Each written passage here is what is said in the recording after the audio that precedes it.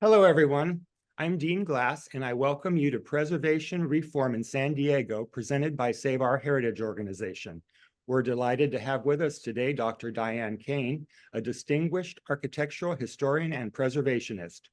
Diane brings a wealth of experience to our discussion, having served as a senior planner for the City of San Diego and as Heritage Resources Coordinator for Caltrans in Los Angeles. She holds a PhD in architectural history from UC Santa Barbara and has taught at numerous institutions, including the New School of Architecture and Design and SDSU. A respected voice in preservation, she has contributed significantly to projects like the renovation of Wisteria Cottage in La Jolla and efforts to save the La Jolla Post Office.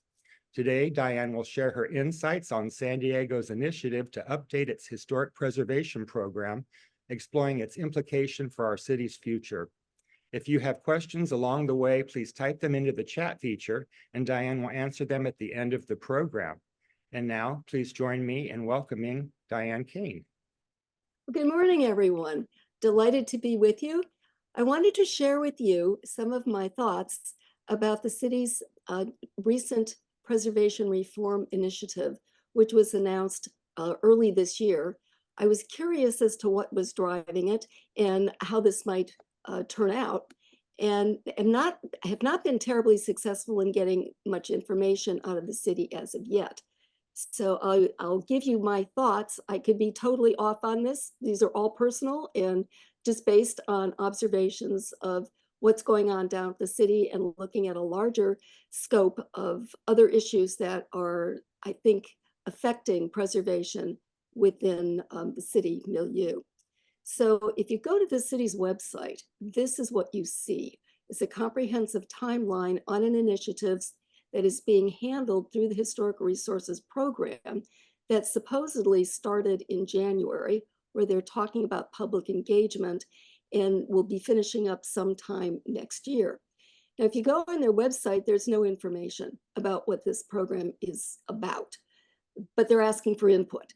So maybe this is our opportunity to give some insight or give our opinions on what would we like to see. We're now here in the summer of 2024, and this is about all you see. What started this? Well, last fall, there was a request from the city budget analyst's office to look at the city's preservation program and determine whether it needed some revisions. There was originally on the website the memo that came from the budget analyst's office, and the various components of their analysis were all mixed up. So I took the main points of their report and separated them into factors that preservationists support and those that the development community support. And in many ways, they are completely antithetical. So here's what preservationists would support. Proactive preservation, yes, we like historic surveys and contexts, and preferably having them done in advance so people do know what they can and cannot do with their properties. We certainly support equity for communities that have been underrepresented. And we really like incentives like the Mills Act program, adaptive reuse of older buildings, and certainly design standards for both individual properties and historic districts are really useful. The developers want certainty, and they say they are upset about what they're calling reactive preservation. We'll discuss this in a minute. They are looking for greater efficiency and are looking to update policies, regulations, and procedures that affect preservation throughout the city's plans and codes. So one of the things that may be triggering their dissatisfaction is the 45-year review process, which is required by state law. This is part of the California Environmental Quality Act, and it is required by the state. So it's not really something the city can opt out of. They're looking for removing regulations. We might ask ourselves, which regulations do they want removed? It's not clear yet.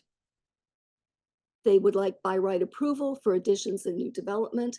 This has nothing to do with preservation as far as I'm concerned. And they want to streamline the process for new homes. Again, this is not preservation. This is building new homes. So I see a mixed bag of interests here with this initiative. And this is where I got this information. So I'm not making this up. Now, I went on the city's website recently, and they've taken these scrambled reasons for this initiative and put them into a more updated graphic. The rationale for this effort is still the same, but they have grouped things into integrating equity as a core value, protecting important places, and then you can see over to the right-hand area of the slide, streamlining processes for new homes. This is implying that historic preservation is an impediment to building new homes and new projects. So the question is preservation an impediment? The permitting process is lengthy and expensive. I've been reviewing new development for my community, La Jolla, for about 10 years. And what I'm hearing from applicants is it takes about 2 years to get a building permit for a new project. So you can get a sense here of the city's flow chart, all the various components and units at the city that need to weigh in on new development. The ones that I've highlighted here for planning and environmental is where preservation would occur, but you've got many other things that are also affecting permit length and expense. But this is being flagged as something that is resulting in a very expensive and insufficient housing supply. And I think everyone could agree that that is true. So the question is, how much of this overriding expense and timeline is related to preservation? Well, we did some looking at this, and out of about 3,704 project reviews during a year-long period, only 39 were designated. So this isn't a huge percentage of projects that are affected by preservation.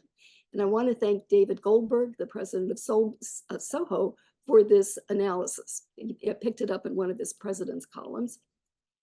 So percentage-wise, about 1% of total permits down at the city are affected by preservation. So is this a problem? I would state it's classic misdirection. There's another reason why preservation is being targeted. Well, what about reactive preservation? Is this the case? Let's take a look at the 45-year-old CEQA process that has been instituted by the city. And this was done primarily because the city could not get around to all the communities that have historic properties in them and survey them in a timely fashion. So they've done this with some communities in the process of plan updates, but there are many communities where this has not happened or the plans are very old. They expire after about 5 years, so you have to continually update these. It's a fairly lengthy process and it's expensive. So what they did was they said, okay, we've got a broad brush view of a number of these older communities. And now as individual properties come in, we will do a more cursory review to weed out those properties that are not important from the ones we need further study on. So this is now required for any permit coming through on a property anywhere in the city that was built before 1979. 85 to 90% of these projects are immediately kicked out. They just don't qualify by age. The remaining 10 to 15% go through a finer sieve, if you will. Reviewing these for the La Jolla Historical Society that does this for La Jolla, these are the types of projects we get, or the types of properties we get that are in good shape. And these are good examples. We get a lot of stuff that is massively redeveloped or in very bad shape. So these are good examples of various types of parcels that we might be reviewing. We don't turn these in. We don't feel they rise to a level of significance. This is even a greater percentage of properties have already been redeveloped. Somehow their initial construction date winds up on the building permit and they get shipped to us to review when they've already been massively remodeled. So these get kicked out too. What do we pick up? Here's a property that was done in 1960, and it was designed by Russell Forrester, a well-recognized master architect. We looked at it, we thought it was significant, we submitted it to the city for further information. The city looked at it again and told us no, and turned us down. So that's what happened with one property we picked up within the last few months. If you are determined significant, or if we need more information, you go through a process that requires a technical report. These are the guidelines that are on the city's website, so it's quite clear what you have to do. And if your project is consistent with the Secretary of the Interior standards for historic preservation, even if the project is potentially historic, it doesn't need to be designated, and you can go directly to a permit. If you decide you don't want to go through and do something that is consistent with the Secretary of the Interior standards, and these have been around for 60 years, they come out of Washington, they're not a secret, they're well publicized, you can appeal the designation. The appeal process is required as you go through the appeal process, you have to determine whether there has been an error of fact during the hearing at the Historic Resources Board, an error of process, or if new information has come along that would somehow change the outcome of that designation proceedings. Here's an example of an appeals project that came through La Jolla. Interestingly enough, this home was associated with a Black entrepreneur in La Jolla. Everybody at the HRB was very excited that we had a bona fide resource that was related to the city's African-American history. It was designated. The owner appealed, said there was an error of fact, that the owner himself was not as significant as the report was led to believe. And the city council member from La Jolla actually made the council resolution to de-designate the property.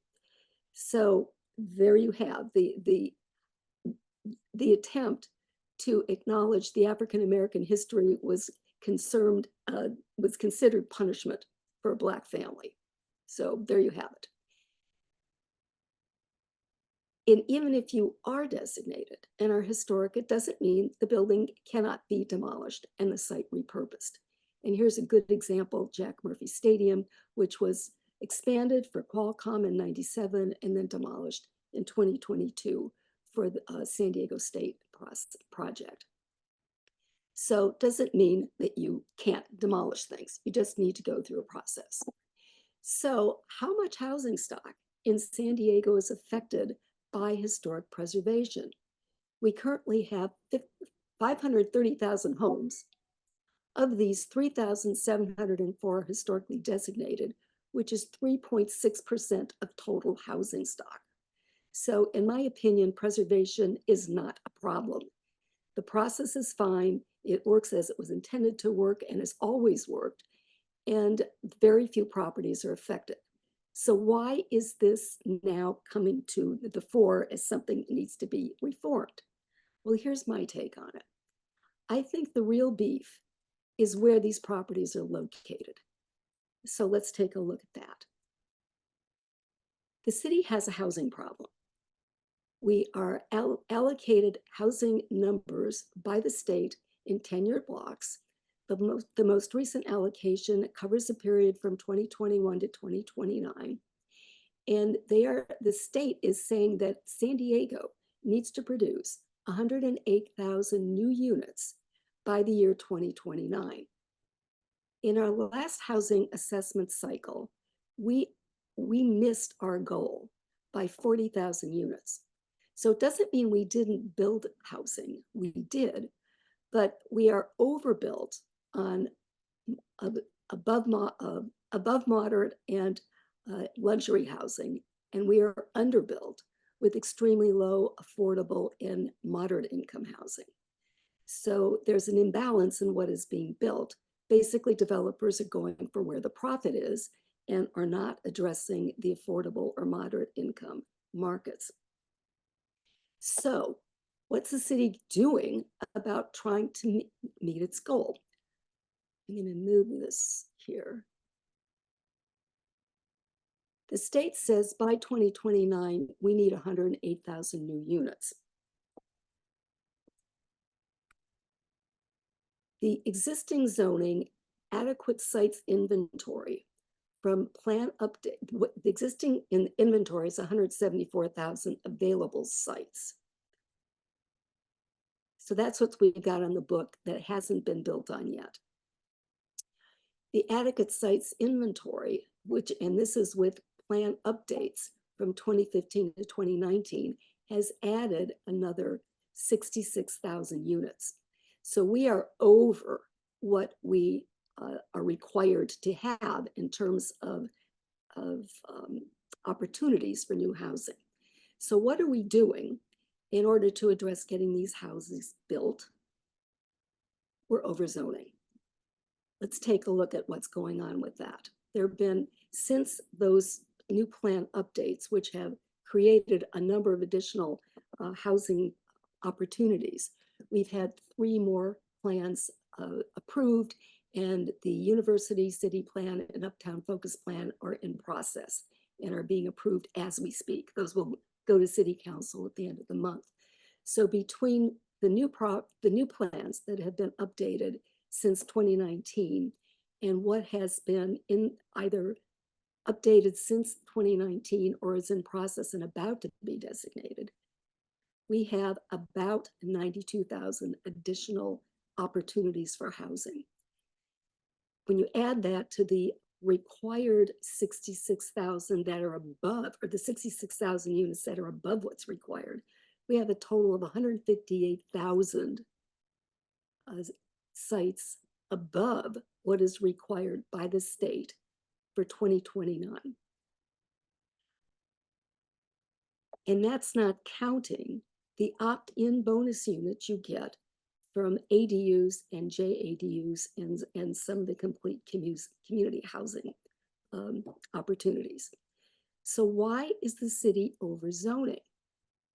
Well, here's the response from Heidi von Blum, who's our planning director. She's saying that planning capacity is different from housing production.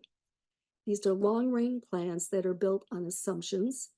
The plans for opportunity for things to, this plans for opportunity for things to occur, but does not mandate anything to occur.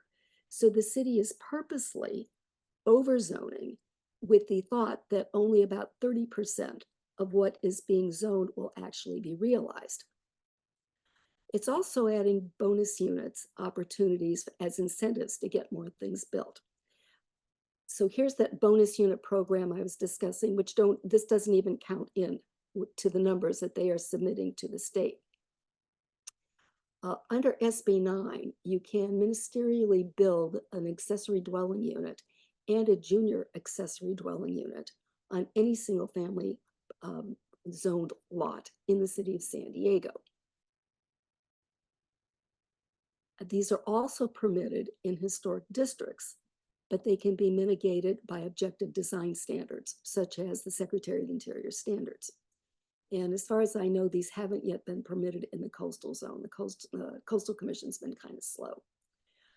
This program, which is creating mini dorms in many neighborhoods in San Diego, was a top winner this year of the Ivory Prize for Housing Innovation.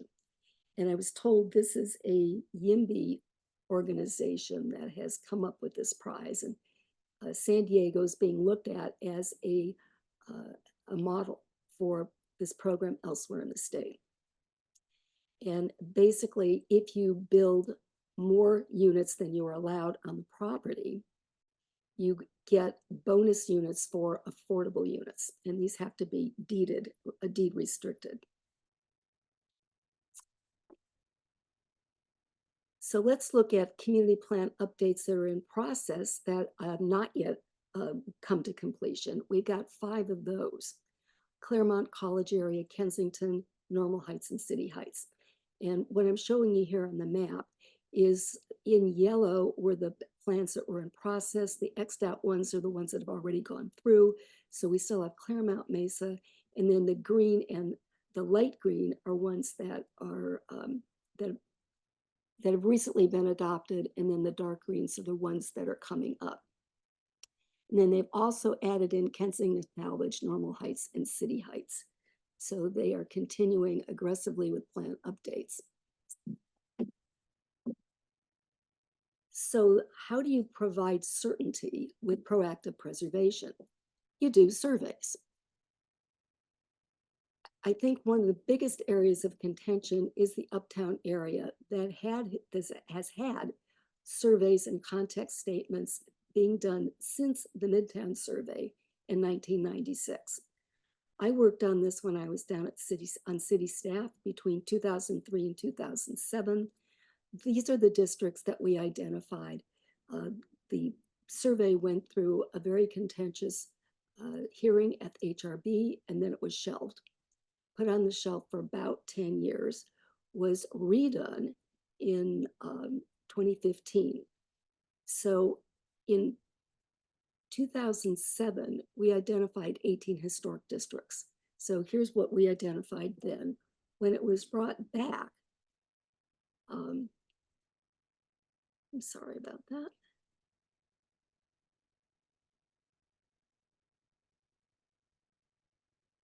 When it was brought back, 5 more districts were identified.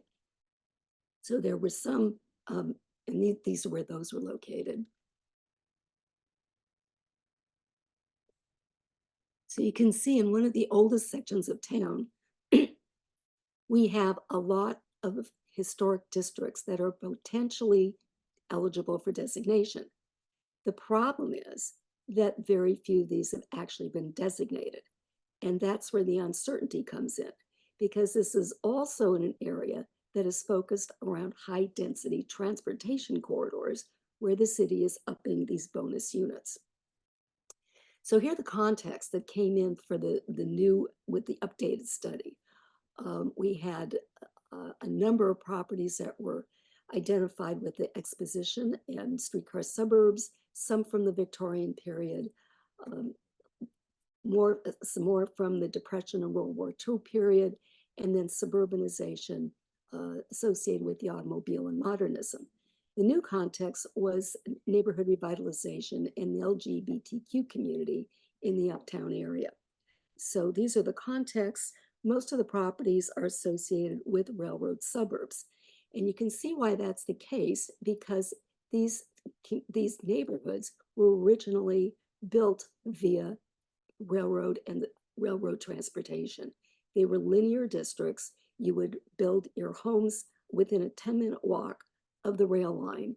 And then later, when the automobile came in, these areas were infilled. So the highest concentration of older properties are right along what are our major transportation lines today. The trolleys are all gone, but the major transportation corridors are there. They're heavily used, and that's where the city wants to up densities. And you can see on this trolley map, here's Mission Hills. This is kind of out of scale, but here's Mission Hills, where there's been a lot of activity in historic districts. Also University Heights, which is here, this node, and then the major section of Hillcrest, which is still going through a plan update. So as of 2021, there were 20 locally designated historic districts. After the Uptown survey was finalized, the city went through an aggressive program to designate historic districts identified in the surveys. This was the program that they identified going out through 2023. These are the number of properties that were in each of these districts. But in 2017, the program was suspended. So they started doing these districts in about 2013. Everything stopped by 2017 due to budget constraints, staff cuts, staff reassignments, concerns of the tax assessor about the Mills Act program, and developer pushback. Like about 50% of the uptown area was potentially historic, and that wasn't cutting it. And the city was not designating anything So these properties were all in limbo. So here's what's still waiting: city action. We have no idea what's going on with these. There's a district in Uptown North Park, Park Boulevard Historic District, Curwell and Taggart's, which is out in Golden Hill, the Altadena Historic District, and the North Park. There's no information on either of these in the Kalmia Place. By 2024, in the SOHO newsletter, May-June, Ann Yarmush concluded that the city of San Diego has put processing historic districts on hiatus. So they're doing nothing about these districts. What has been the community response? Well, up to this period, we only had 2 National Register historic districts in the city of San Diego. Since 2021, we have had a slew that have gone to the state and have either been put on the National Register or in process. I was at the HRB on Thursday, and the most recent district, Bankers Hill, was being reviewed. It is on the August OHP agenda.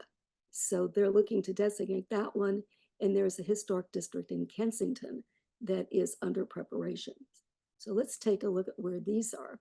And all of these districts are eligible for listing locally under criterion E, which would create Mills Act benefits, and it would exempt them from the density bonuses.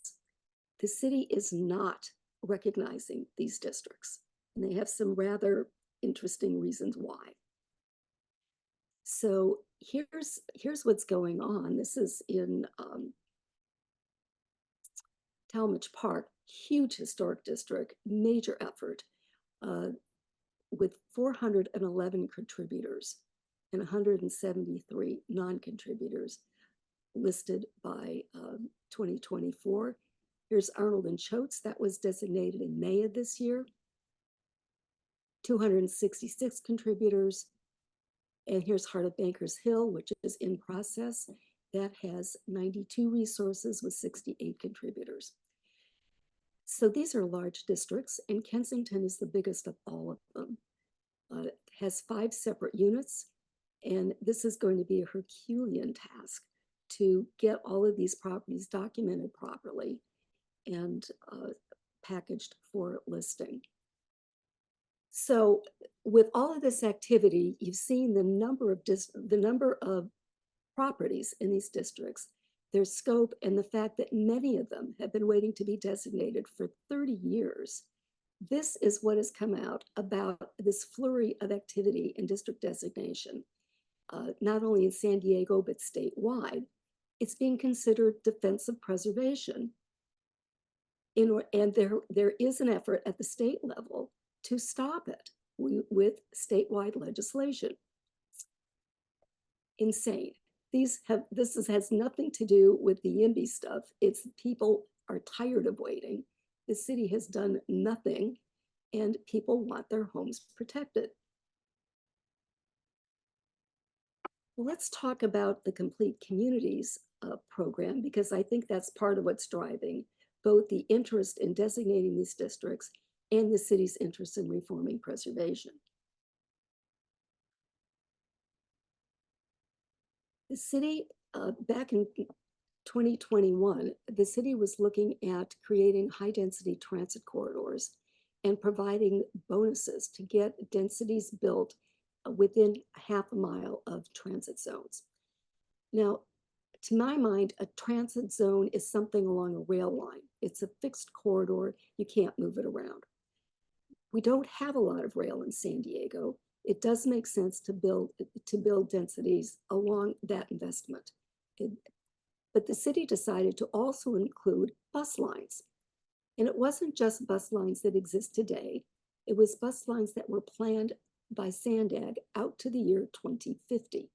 So they started aggressively upzoning in those areas, and then decided to expand the transit corridor from half a mile, which is traditionally considered a walkable distance to a bus stop or a trolley stop, to a mile. which doubled the area. And that created a lot of pushback from a lot of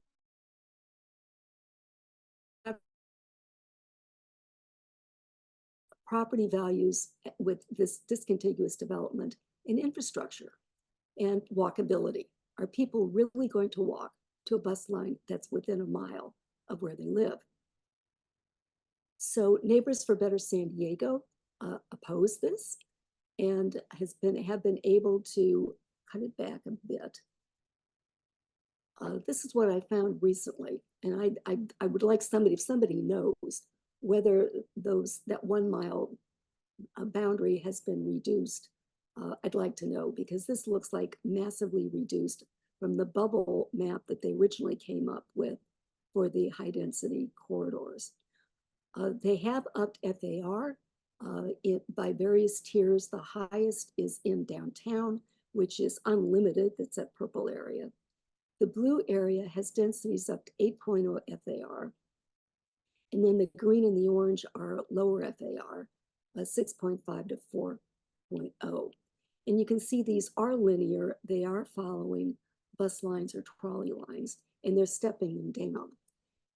They're not expecting FAR to exceed 7 stories in the tier 3 and tier 4 zones, because your construction type shifts at 7 stories. It switches from wood frame to steel frame by code, and that's much more expensive. So if you're trying to create affordable housing, you want to stay below that height limit, because it lowers the cost of construction. So the question is, this is opt-in housing that you get to increase your FAR density if you are providing a certain number of affordable bonus units. The question is this an opt-in parallel code, as I've heard it described by some planning experts, or is this spike and sprawl, which it's been considered by people who feel this is overzoning? Again, the issue is that much of the new housing is targeted for sites that are already developed, and many of these may have historic properties on them. And again, the city is over providing for this bonus because they can't reliably predict where the order or the timing of infill on these individual parcels. Where is all this coming to a head? Well, if you look in the area of Midtown, which has all these historic districts, this is where they're putting in that 8.0 FAR and wanting higher density properties. This is the Hillcrest Focus Plan Amendment, which is going to City Council at the end of the month. And this is the vision they have for Hillcrest out in the University Normal Heights area. They've also upped densities here in the UCSD Med Center area. And then this is the area where they added this new LGBTQ historical study context, but they haven't identified any historic sites associated with that yet. So this area is in high contention, and I think this is where some of the frustration is being generated. Here's another community plan that's being updated, or has been updated at the same time, out around University City, which is one of the other major sort of mini city areas that the city is trying to generate. Has a nice Raleigh connection, and they did a very good context statement on master planned communities, which is the way a lot of University City was developed. The period of significance is 1960 to 1990. They came up with some themes for residential development, looked at a number of these projects, which you can see denoted here in color. And out of the 78 communities they looked at, they decided about 14 would need additional study and survey work. The rest of them, through the environmental impact process, they just wrote off and said, these are exempt. So this is one way to provide certainty through the plan update, but they still have to go through studies on these other 15 communities, which are probably the most desirable. So it's giving you some certainty, but not really. What would we like to see with a preservation update? We're losing a lot of naturally occurring affordable housing, which is older. The city did a really good study on this in 2020. The Housing Commission backed it, as did SOHO and a number of community planning groups. That if we can only preserve the naturally occurring housing we have, we would be much better off with housing. We have lost a tremendous amount of these types of buildings with no replacement plan. There was always supposed to be this, as you know, but the city kept kicking the can down the road, and very little of this stuff ever got built. The money that was set aside through redevelopment were considered boomerang funds, and it went back to cities. And in San Diego, it's just gone into the general fund. So we originally had this for replacement housing. We no longer have it. So that's part of why we got a housing problem. This is the kind of stuff that would make very good affordable housing by just keeping what we have. You can see apartments, move this down here again, single family residence converted into duplex or multifamily, apartment courts and bungalow courts that we have in San Diego, and they're wonderful additions to our affordable housing supply. One of the problems with trying to take out some of these bungalow courts is that even with new construction bonus units, you are still losing affordable units. So here's some of the math, that if you have a bungalow court existing with 10 units, and you want to go to 12 unit zoning to provide for 2 to 3 new affordable units, the other 10 units that are newly built go to market rate. So where you originally had 10 affordable units, you now have 2 to 3, and the other 7 have gone to market rate.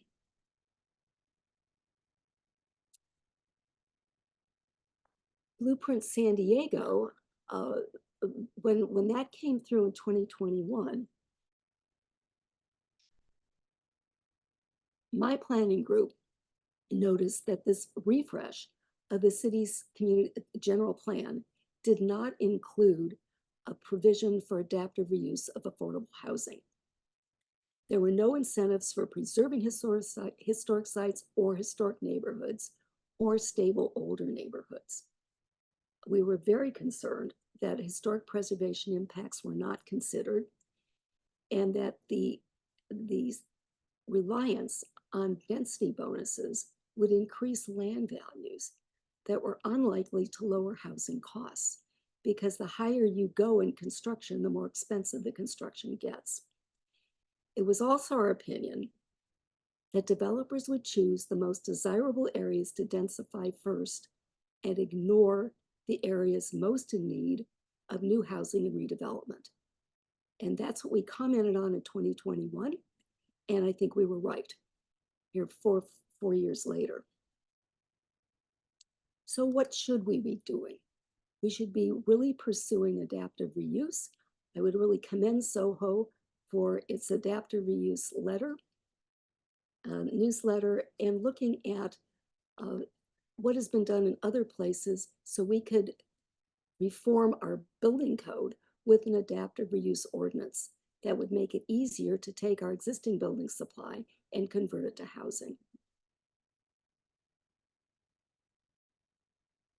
Here's an example of what that might look like. This again is in La Jolla.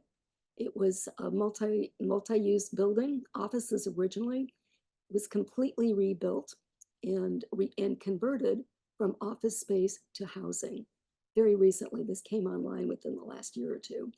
It's a beautiful building. It has a lovely market in the bottom and a bunch of new housing units on top. We've got a lot of buildings that were built for one use that are no longer needed. And these include regional malls and strip malls. What about churches, schools, institutional buildings, theaters, auditoriums, and sports facilities? These are tough to convert. They need help through the code. We have warehouses. A lot of those have already been converted down in the gas lamp and in East Village. Auto and tourist facilities. There have been some very cool adaptive reused gas stations. We're using a lot of motels already for affordable housing. And then underused office space and commercial spaces. And I'll speak for La Jolla. We have a lot of underused office space and underused commercial space. We would like to convert it to housing. The code won't let us do it. And here's an example of some of the documents that have been done in other places that would serve as great models for the city of San Diego. SOHO's also pushed for a preservation assessment for climate change and recycling resiliency, similar to what was done in Los Angeles. Because adaptive reuse of what we already have is one of the best climate change and recycling tools we have. The greenest building is one that is already built. It keeps construction debris out of landfills and it recycles materials. This was done in Los Angeles in 1999 in the downtown, and it completely transformed Los Angeles's downtown. I was up there for a Preservation Foundation conference in May, and it was right around where I used to work for 20 years. The area has been completely transformed. In 2009, the targeted ordinance that was done for the downtown area was expanded citywide, and Los Angeles is expanding it and updating it again as we speak. We need a similar study to help inform a new ordinance for San Diego. Here's an example of what that could look like. This is a project in Bankers Hill that was a series of medical buildings that have been converted to housing. That's one of the units. It has multiple types of units in it, 1, 2, and 3 bedroom units with some commercial. Now, what's happening at the national level? Well, at the end of December, the Advisory Council for Historic Preservation came out with a statement on historic preservation that is changing some of the guidance we've been getting from the federal government on historic preservation. This factors down to the state level and eventually will come down to San Diego because we are a certified local government and we are required to follow statewide recommendations, which are filtered down from the feds. So here's what the feds are seeing as some of the issues with preservation programs as we know them. They do believe that we need to prioritize economic growth because there are housing shortages all over the United States. We need to be promoting environmental sustainability and equity. We do need clarity. Some of these provisions, be they a consulting, what do they call them? Informational bulletin or a regulation, they can be conflicting and unclear, and they need to be applied consistently and predictably. So they're agreeing with the development community that those are issues. They're trying to respond to climate change, life safety requirements, such as abating hazardous materials, and use of substitute materials, such as fireproof materials, and using insulation on buildings that were never insulated, providing light wells for interior spaces that do not have exterior lighting, and to allow for solar panels. We also need to be acknowledging ADA access and changes of use in buildings into housing that were never intended to do that. So these are some of the things that the federal government is looking at improving and updating. So when they get their new regulations done, it will come down to the State Office of Historic Preservation and eventually come down to San Diego. So we're going to get some change in our preservation program imposed on us from the state and the federal government, regardless of anything we do here locally. Some of the things that are being considered are to restore the standards of protection and the standards on stabilization. Those used to be there, they were removed, they're looking at bringing them back. They want new standards on being able to relocate historic buildings, which is difficult at this point. Intentional release, which is, we know this property is historic, but we can't save it. We'll document it and let it go. And then using deconstruction and salvage to recycle materials. And I'll show you some examples of that. And then finally, a graduated approach to both the National Register and to the standards, where some properties are more important than others.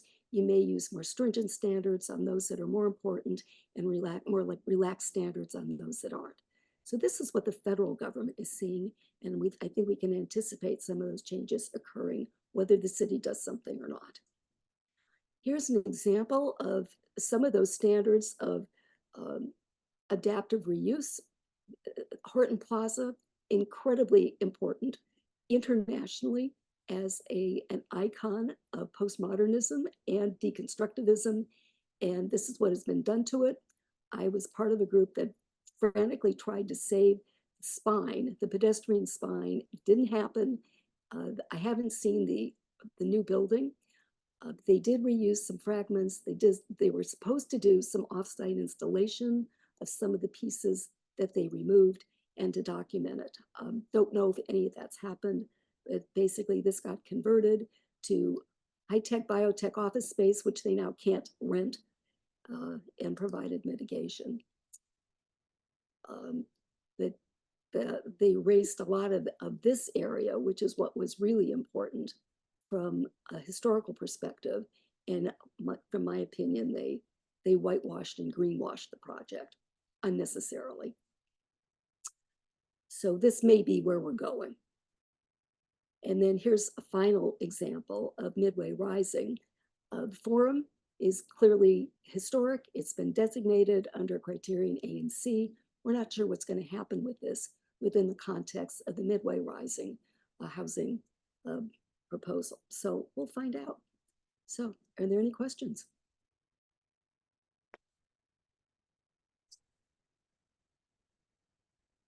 Thank you, Diane.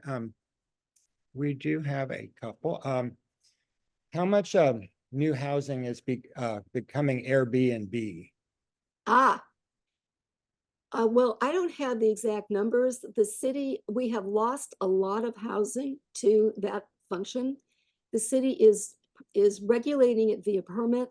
My understanding is the number of permits that they have allowed, they have not given out all the permits. So a lot of people either pulled their properties out of the permit program and have returned them to long-term rentals, or they're just renting them under the table, and the city hasn't gotten around to providing code enforcement. So that's a really good question. I think we've unnecessarily lost a lot of good rental housing through that mechanism. Is the Altadena neighborhood in North Park still in the process for historic designation? Could you clarify that, please? I do not know. There is no information on the city's website. I would suggest that you contact Kelly Stanko down at the city to find out what they did with it. It's possible they just shelved it, stopped working on it, which is what the city does. That's what they did with the Midtown survey after we finished working on that. It's like, we don't have staff to work on this until we get city council and the mayor to allocate resources to work on it. We're not working on it. So that, I think that's what's happened with all these surveys, which is why people in neighborhoods have started working on them individually, because the city is not working on them. Now, I found it rather, I don't know if it was ironic or pathetic that when the Bankers Hill survey came to the HRB for comment and support at Thursday's meeting, the chair of the HRB threw a tantrum that homeowner groups were going directly to the state and the federal government for designation and bypassing the HRB. And he was behaving as though he was insulted. And one of his comment was, yes, the system is clearly broken because all these people are leaving and they're going around us. But he was putting the blame on what is broken in the system on the people who are using alternate channels, rather than asking, why are you using an alternate channel? And the reason is, doing the surveys the way the city is requiring them is very expensive and takes a very long time. both to compile the surveys the way they want them and to get them processed.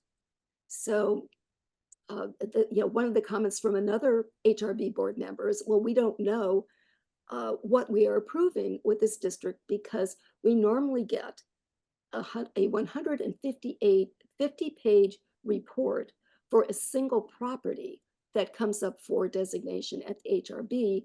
And for this entire district, the report was 90 pages. So the city's perspective, their response on why they are not automatically accepting these National Register listed districts is that the research is inadequate.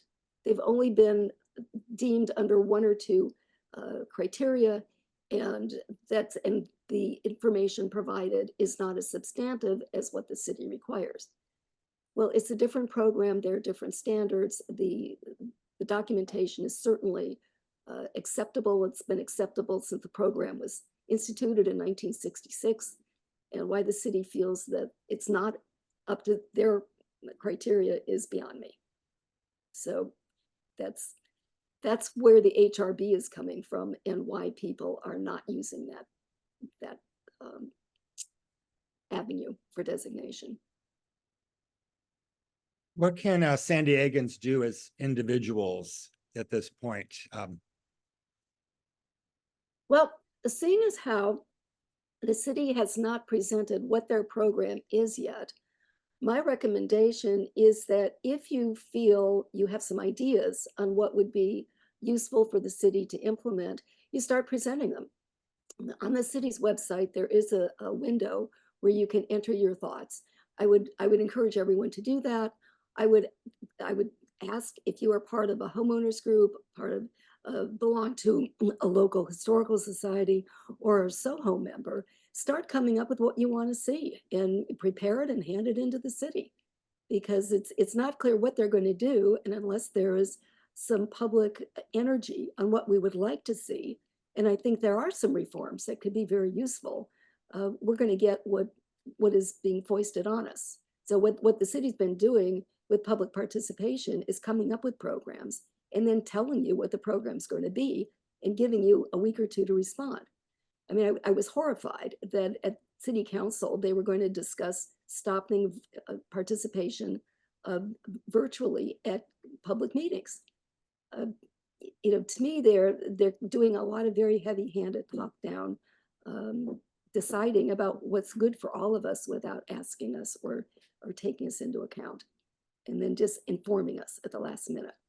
And that was one of my complaints as leader of the community planning group in La Jolla, that they did not take community planning group input as they were developing their various programs. They would develop them with focus groups, of which we were not a part, develop the program, and then inform us what the program was going to be. So my concern is that's going to happen here as well. How can we restore the partnership between preservationists and historic resources staff to clear the backlog of historic districts? Ooh, well, staff, they had half of staff in development services and half in, actually one person in planning. And they've joined them all together. They've hired up some new staff. They're working as fast as they can, but they don't have enough staff. And I think they don't have enough staff, and they have prioritized what staff is working on to be this refresh program in individual districts. So it's really, it's up to the mayor to determine what staff works on and how many staff each unit gets. And that's a budgetary issue. And that's where the mayor has decided the priorities are. So that's how this stuff happens. I wish they would take volunteer work, because there's certainly a lot of volunteer effort going into getting these districts put on the National Register. And it's too bad that that isn't happening at the local level. And part of it, again, may be because the city is requiring that you look at every single criteria when you are putting in your application for local designation, which is a lot more work than the federal and state governments are requiring, which is you just pick one criteria and you speak to that issue only. And there's sort of I'd say short form for the amount of information you need to provide. So I think that's another reason that in that the requirement documentation standards are less. It doesn't mean that the standards for documentation are less rigorous. It's just that you only have to get one criteria, where the city wants you to look at all criteria. Criterion A is a killer. It requires a phenomenal amount of research. And it can also be the case under criterion B, depending upon your neighborhood. So the level of documentation takes a lot more time. And that's also why it takes so long for city staff to process these districts that they are working on. That they are putting in a lot of additional staff time that, in my opinion, is unnecessary. I think they've made the process unduly complicated and unattractive and expensive. So if you want to cut stuff, that I would recommend that they start accepting these districts that have received National Register or State Register recognition and just put them on their own register, which they can do that. They're just not. So maybe that's the better strategy. Excuse me. With baby boomers aging out, what do demographic studies show will be San Diego's housing needs over the next several decades? Well, I think we need a lot more housing types. I was reading somewhere that developers stopped doing condos because of insurance liability. And this was a new wrinkle for me, that when you build a condo, the entire complex gets an insurance policy, and then you can get a rider on your own unit. But it's for construction defects. And apparently these things can string along for 10 years or more, where developers can be sued way past the time they've closed out the project. And that requirement has made building condos very unattractive. So we're not getting them. So basically what you're getting is existing apartments being converted to condos, which then takes those housing opportunities from rentals to for sale, and it removes them from the rental market. So I think one thing that could be helpful would be to deal with this liability issue on condos and get more of those built. The Prop 13 has had a huge impact on whether boomers who are in their single family homes want to sell them, because it dramatically changes your property taxes. And so we've got a lot of people who are sitting in maybe a single family home with 3 bedrooms, and there's one person left there. They don't need that amount of space, but they want to move. And there are economic reasons why they don't want to move, as well as social reasons. So somehow we've got to do something to loosen up that bottleneck, because that's that missing middle housing that should be, the single family homes should be move-up housing for the generation that are in family formation stage of their life now, and they can't get at them. And I think that's purely a Prop 13 problem. And then there's co-housing. We could be doing more of that.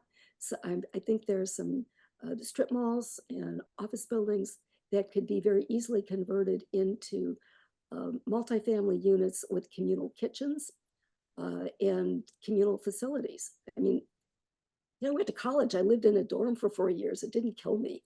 One of the major problems with converting office space to housing is you have dead space in the center of the building where your utility corridor is. So that's where you put all your bathrooms, and that's where you put your elevators and your stairways. And then the office spaces are on the outside of the building where you have your plate glass windows. So if you're trying to give everybody a kitchen and a bathroom, the space that's on the interior of the building is dark. And that's where maybe you want to put in the light wells that I was talking about with the amendments to the Secretary of the Interior standards. But another way of dealing with that is, well, you've got your bathrooms on the inside of the core of the building. That's where your plumbing is. That's where your wiring is. Why don't you put your kitchens and your bathrooms there and make some of them communal facilities? What's wrong with having dinner with your neighbors? I mean, it's called co-housing, and they do it in Europe. And it's, we just have to change our ideas about how we're living. And it's not a bad thing to be sharing facilities with your neighbors, get to know them, share cooking facilities, share childcare. You can get multi-generational interplay there. And we just need to change our ideas on what we're going to accept as housing. I certainly don't accept people living on the street or living in tents. That's terrible. So anyway, that's my 2 cents worth. We're And just, oh, I'm sorry. no, good. And I would say, I think I really do like ADUs and JADUs. I think they're great for multi-generational opportunities. I don't like the bonus program. I think that is really an affront to single family zoning. My sense is single family zoning is a contract between the property owners in the zoned area and the city. And just removing that summarily is just bad policy. So if you want to, one unit, 2 units, small for family members or for a rental or whatever, I don't have a problem with that. But these bonus units are just, I think, a contract problem with between the public and the government. I was going to say we're just about out of time. Let's do one more question. Is litigation an option to halt the urban overlays of historic neighborhoods? I don't understand the question.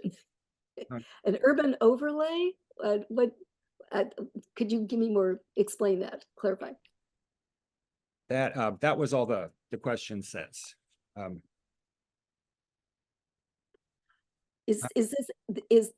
I'm wondering, is this dealing with state law, where the state has been intervening in local land use for the last several years, and some of the legislation applies uniformly statewide, and some of it is opt-in. And for example, the bonus program that the city put in is opt-in, and the complete communities program is opt-in. Those, I guess you could sue on. And what was I reading the other day? There's something about, state was doing something with single family zoning, where I think a lawsuit statewide might be useful. So it kind of depends. The question is a little vague. Okay, well, thank you, Diane. It was a really informative presentation. I'd like to thank our audience for attending today. Be sure to visit sohosandiego.org to sign up for our ongoing monthly webinar series, Penning the Past, Insights into San Diego's Historic Neighborhoods and Architecture, if you haven't already done so. Our topic for August 10th is La Mesa, presented by historian James Newland. Thank all of you, and thank you, Diane, again, and everybody enjoy the rest of your day.